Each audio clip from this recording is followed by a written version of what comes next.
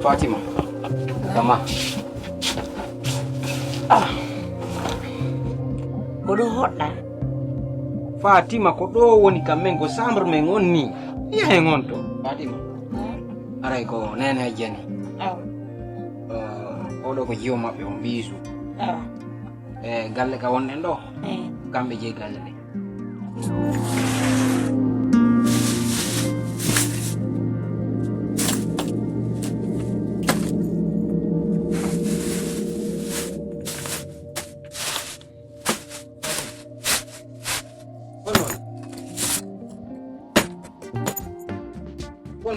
Ya hayo. Ya hon Fatima.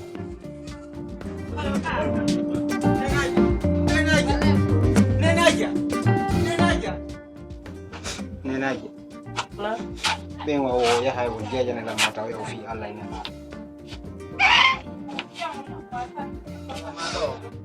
Biro nyame. Dari. Ansa no kirino mimi wiya on.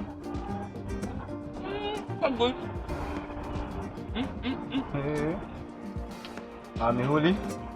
Mihuli non engal. Wadoy. Seluma. Yaltim benda mayon jo fi Allah.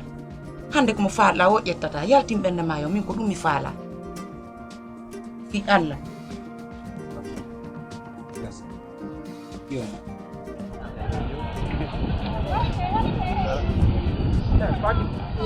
Fatim.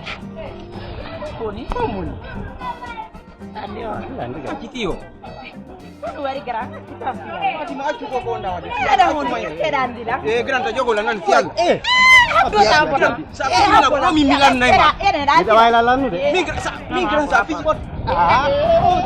Ni modi. Ni anda o habbo na. Min gran sa fiji lan ko do milan. Min ko be ngwanni mi alnam. Mi ko min jombi wani ka sa. Be nguma.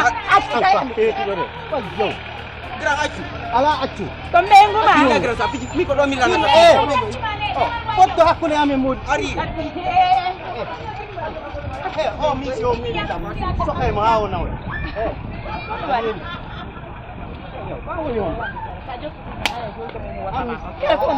Hari ya yani.